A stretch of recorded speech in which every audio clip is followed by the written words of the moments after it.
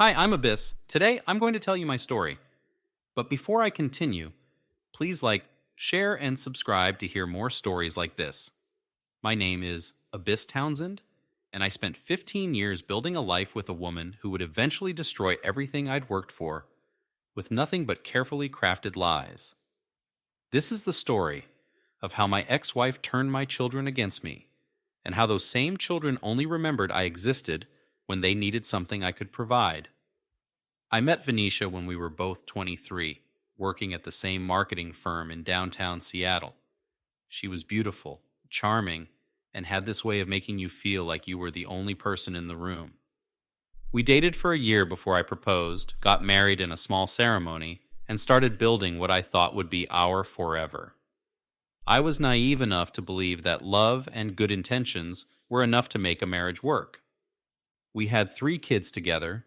Our daughter Saffron was born 2 years into our marriage, followed by our son Quillon 3 years later, and finally our youngest son Frost when I was 32. I love being a dad. I was the guy who coached Little League, who helped with homework every night, who never missed a school play or parent-teacher conference. I worked hard at my job, eventually becoming a marketing director, but my family always came first. The cracks in our marriage started showing around year 12. Venetia had always been particular about appearances, about what people thought of us, about maintaining a certain image. But it intensified as we got older. She became obsessed with social status, with keeping up with her friends who had bigger houses and fancier cars. My income was good, but it wasn't enough for the lifestyle she wanted. Kendrick just bought his wife a Mercedes, she'd say, referring to her friend's husband. When are we going to upgrade from this minivan? When we can afford it without going into debt, I'd reply. We have 3 kids to put through college. You're so boring, Abyss. Always worried about the future, never living in the present. I started noticing other things too. How she'd dress up and go out with friends multiple nights a week. How she'd be on her phone constantly, hiding the screen when I walked by. How our physical intimacy had dropped to almost nothing. I confronted her about it when Frost was 8. Are you having an affair? I asked one night after the kids were in bed. What? No! How dare you accuse me of that? Her outrage seemed genuine, and I felt guilty for even asking. You're just paranoid because you know you're not good enough for me. That comment hurt more than I expected. What's that supposed to mean? Look at you, Abyss. You're stuck in a middle management job going nowhere. We live in this ordinary house in this ordinary neighborhood. I settled for you, and now I'm paying for it. We started marriage counseling, though Venetia only agreed to go to keep up appearances. The therapist, a woman named Dr. Harlow, saw through Venetia's act pretty quickly. You show a lot of contempt for your husband, Dr. Harlow observed during one session. That's one of the biggest predictors of divorce. I'm just being honest about our problems, Venetia said, playing the victim perfectly. He's too sensitive. After 6 months of counseling that went nowhere, I filed for divorce. I was done being told I wasn't good enough, done being criticized for being responsible, done living with someone who clearly didn't love or respect me. Venetia was furious, not because she wanted to save the marriage, but because I'd taken control of the narrative. You're going to regret this, she said when I told her I'd filed. I'll make sure of it. I didn't realize at the time just how literally she meant that threat. The divorce was ugly. Venetia fought me on everything, hired an expensive lawyer using credit cards that I'd end up partially responsible for, and made the process as painful as possible. But the worst part was what she did to the kids. Saffron was 15, Quilon was 12, and Frost was 10 when we separated, old enough to understand what was happening, young enough to be manipulated. Venetia started her campaign immediately. She'd make comments to the kids when she thought I couldn't hear. Daddy doesn't love us anymore. That's why he's leaving. Or, Daddy cares more about money than his family. She'd cry in front of them, playing the abandoned wife, making them comfort her. I tried to counter it with truth. Mom and I both love you very much. We just can't be married to each other anymore. This doesn't change how I feel about you. But I was fighting an uphill battle. Venetia had more time with them since they lived with her primarily. She had every evening, every morning, every moment I wasn't there to poison them against me. And she was good at it, subtle enough that if the kids confronted her, she could deny it. My brother Obsidian warned me what was happening. She's doing parental alienation, Abyss. You need to document this. Get the custody arrangement changed. The court gave her primary custody because she was the primary caregiver during the marriage. They're not going to change it based on my word against hers. Then you need to fight harder. She's turning your kids against you. I tried. I really did. I took Venetia back to court, presented evidence of her behavior, but the judge was skeptical. Mr. Townsend, it's natural for children to struggle during divorce. That doesn't constitute alienation. The court-appointed therapist was worse, completely taken in by Venetia's act. The children express that they feel abandoned by their father's choice to leave the marriage. Perhaps if Mr. Townsend had tried harder to save the family unit. The final custody arrangement gave Venetia primary custody with me having the kids every other weekend and one evening per week. It was devastating going from seeing my kids every day to this limited schedule. But I made the most of it. I planned activities, helped with homework during my evenings, tried to maintain our relationship. Venetia sabotaged at every turn. She'd schedule activities during my weekends and tell the kids they had to go. It's your choice, she'd say to them. But if you go to Dad's, you'll miss the party/game/event. The kids started choosing her side more often. She'd tell them I said things I never said. Dad told me he doesn't want to pay for your school trip. He says it's too expensive. Complete lies. But the kids believed her. Saffron was the first to turn completely. At 16, she started refusing to come for visits.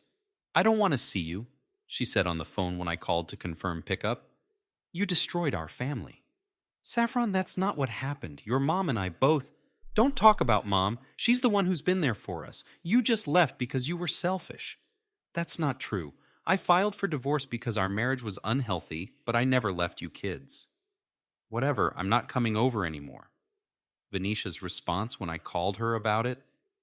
Saffron's old enough to make her own choices. I can't force her to have a relationship with you if she doesn't want one. Quillan followed his sister's lead within months. Frost held out the longest, still coming for visits until he was 13, but even he eventually succumbed to the constant pressure and lies. My last visit with Frost, he was quiet and withdrawn, barely speaking to me. What's wrong, buddy? I asked, trying to engage him. Why did you cheat on Mom? He asked quietly. My blood ran cold. What, Frost, I never cheated on your mother. Who told you that? Mom said that's why you got divorced. Because you had an affair and chose the other woman over us. I wanted to scream. Instead, I took a breath and looked my son in the eyes. Frost, I promise you, I never cheated on your mother. Ever. I filed for divorce because we weren't happy together anymore. But there was never another woman. Your mom is lying to you. You're the liar, he yelled, standing up. Mom showed us texts. She said you were with someone else. Whatever she showed you was fabricated. I never sent texts like that because I never had an affair. I don't believe you. Take me home. That was the last time I saw my youngest son for 10 years. He was 13. He's 23 now. A decade of his life I miss completely because his mother decided I didn't deserve to be his father. I tried everything. I called, they didn't answer. I texted, they blocked me. I sent cards and gifts for birthdays and holidays. They were returned unopened. I showed up at school events. They refused to acknowledge me. I went back to court multiple times, but the judge said the same thing every time. The children are old enough to decide if they want a relationship with you. We can't force them. My lawyer was frustrated. Parental alienation is real, but the family court system doesn't take it seriously enough. By the time they recognize it's happening, the damage is done. I was devastated. I'd lost my children, not through my own actions, but through lies I had no power to counter. My life became hollow. I threw myself into work, got promoted to vice president of marketing, made good money that I had nobody to spend it on. I dated occasionally, but nothing serious. How could I trust anyone when the woman I'd married and had children with had destroyed me so completely? My sister Tempest was my support system through it all. They'll figure it out eventually, she'd say. Kids aren't stupid. When they get older, they'll see through her manipulation. By then it'll be too late, I'd reply. I'll have missed their entire lives. The years passed. I heard things through mutual acquaintances occasionally. Saffron went to college, graduated, got a job in graphic design. Quilon joined the military. Frost went to trade school to become an electrician. They were building lives, hitting milestones, and I wasn't part of any of it. I wasn't at Saffron's graduation. I didn't see Quilon off when he enlisted. I didn't help Frost move into his first apartment. Venetia, meanwhile, had remarried. Some guy named Torrance who worked in real estate. According to what I heard, he had money, which was what Venetia had always wanted. She was living in a big house in a fancy neighborhood, finally achieving the status she'd craved. I hoped she was happy, hoped it was worth what she'd done to get it. Then last year, everything changed. I got a call from a number I didn't recognize. Against my better judgment, I answered. Dad? It was Saffron's voice, but older, uncertain. She was 28 now. My heart stopped. Saffron? Yeah, it's me. We need to talk. Okay, I'm listening. Not on the phone. Can we meet, me and the boys? We met at a coffee shop the next day. I got there early, nervous and hopeful and angry all at once. When they walked in, I barely recognized them. Saffron looked tired, older than 28. Quilon was in civilian clothes, no longer the boy I remembered. Frost was huge, tall, and broad from physical work. We sat down, awkward and silent. Finally, Saffron spoke. Mom's sick, cancer, stage 4. The doctors say she has maybe 3 months. I didn't know what to say. I'm sorry seemed wrong given everything. That's terrible felt insufficient. She doesn't have insurance, Quilon said. The medical bills are insane. Torrance left her when she got diagnosed, drained their joint accounts, and filed for divorce. Ah, there it was. This wasn't about reconciliation. This wasn't about them realizing their mother had lied. This was about money. And you're telling me this because...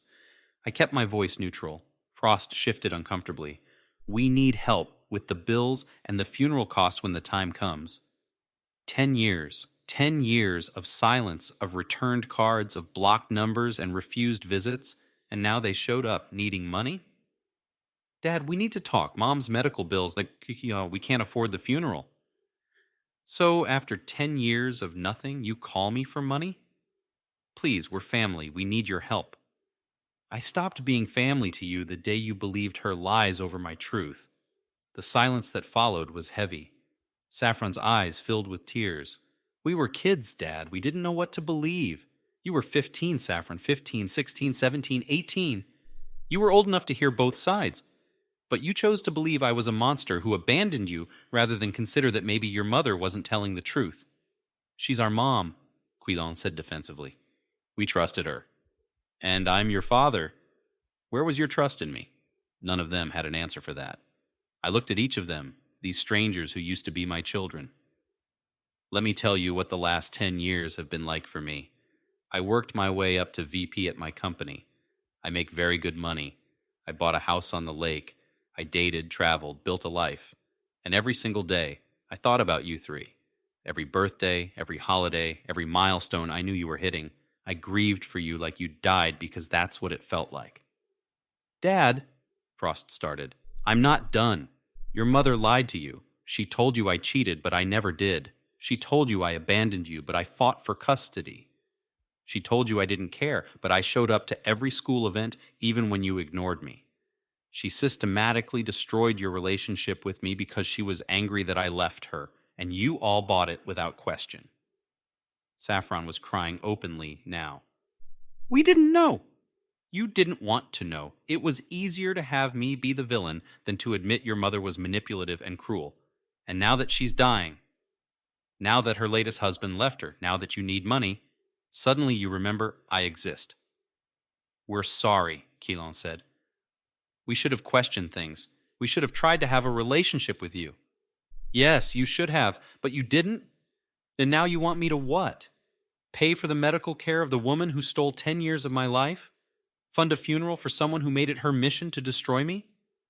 She's still our mom, Frost said quietly. We love her. I understand that, and I'm not asking you to stop loving her, but I'm also not going to bail her out. She made her choices, and those choices led her here. I'm not responsible for fixing the consequences of her actions. So you're saying no? Saffron asked. I'm saying I need time to think about what, if anything, I'm willing to do. But I want you all to understand something. If we're going to have any kind of relationship moving forward, it starts with you acknowledging what really happened. Not because I need an apology, but because I need to know you understand the truth. Over the next week, we had several more conversations. Slowly, painfully, the truth came out. Venetia had admitted to them in recent years that she'd exaggerated some things about me. Torrance, in one of his final arguments with Venetia before leaving, had apparently told the kids that their mother was a liar and a manipulator. They'd started questioning the narrative they'd been fed their whole lives. "She told us you hit her," Saffron admitted during one conversation. "When we were teenagers. She said that's why she divorced you, because you were abusive." "I never laid a hand on your mother. Not once. Not ever."